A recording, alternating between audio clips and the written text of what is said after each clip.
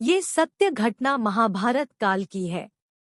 महाभारत के प्रमुख पात्रों के बारे में तो लगभग सभी लोग जानते ही हैं, मगर बहुत कम लोग हैं जिन्हें ये पता है कि द्वापर युग में होने वाले महाभारत युद्ध के साक्षी बनने वालों में कुछ पात्र त्रेता युग के भी थे।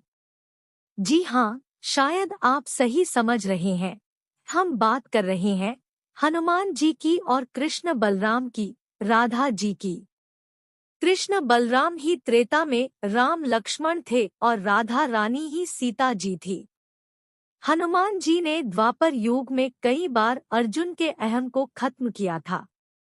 आज भी हम आपको इन दोनों से जुड़ा ऐसा ही एक किस्सा विस्तार पूर्वक बता रहे हैं। ये हनुमान जी और अर्जुन की मुलाकात का किस्सा है।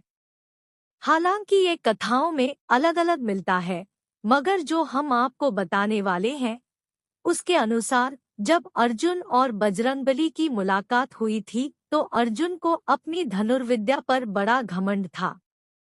वो हनुमान जी से कहता है कि मैं आपके समय में होता तो पत्थर का राम सेतु बनवाने के बजाय अकेला ही अपने धनुष से मजबूत सेतु बना देता। मगर श्री राम ने स्वयं भगवान होने के बाद भी ऐसा क्यों नहीं किया? अर्जुन की बात सुनकर हनुमान जी जवाब देते हैं कि वहां बाणों का सेतु कोई काम नहीं कर सकता था।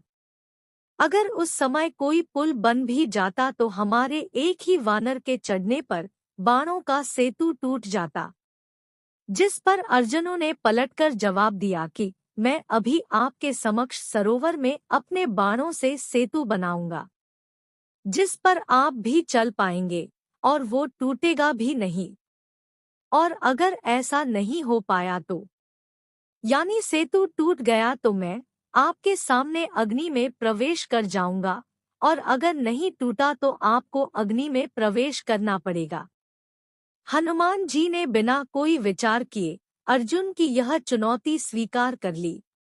अर्जुन ने सेतु बनाया, जिस पर जैसे ही हनुमान जी ने अपना पहला पग रखा तो सेतु डगमगाने लगा, दूसरा पग रखने पर चरमराया और तीसरा पग रखने से सरोवर के जल में खून ही खून हो गया। इसके बाद हनुमान जी सेतु से नीचे उतर आए और अर्जुन से कहा कि अग्नि तैयार करो। अग्नि प्रज्वलित हुई और जैसे ही हनुमान जी अग्नि में कूदने चले, वैसे ही भगवान श्री कृष्ण प्रकट हो गए।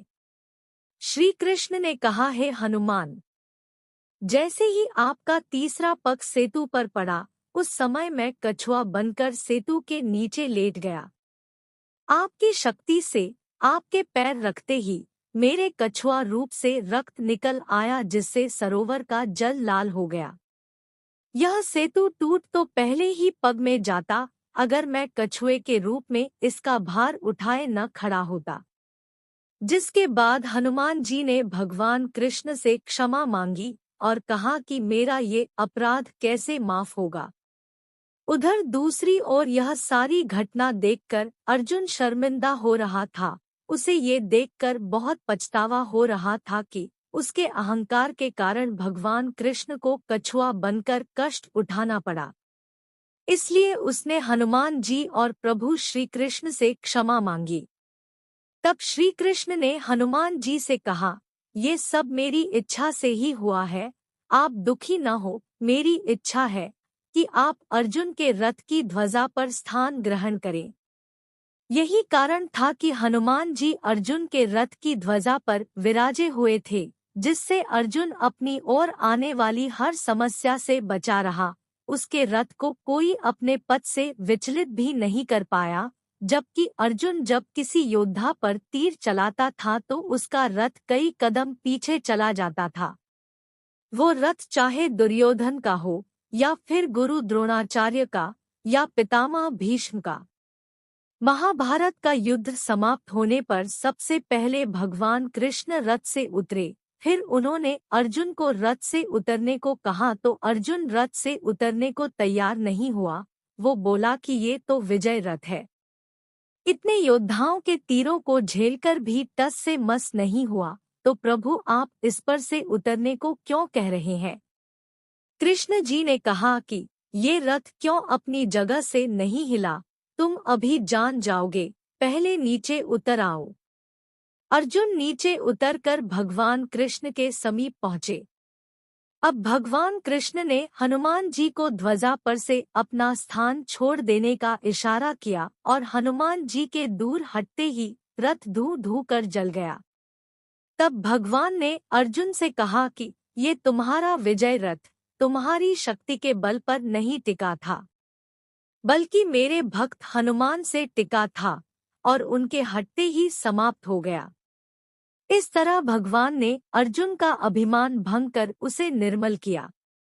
इसका मतलब ये है कि सभी कार्य प्रभु की इच्छा से होते हैं।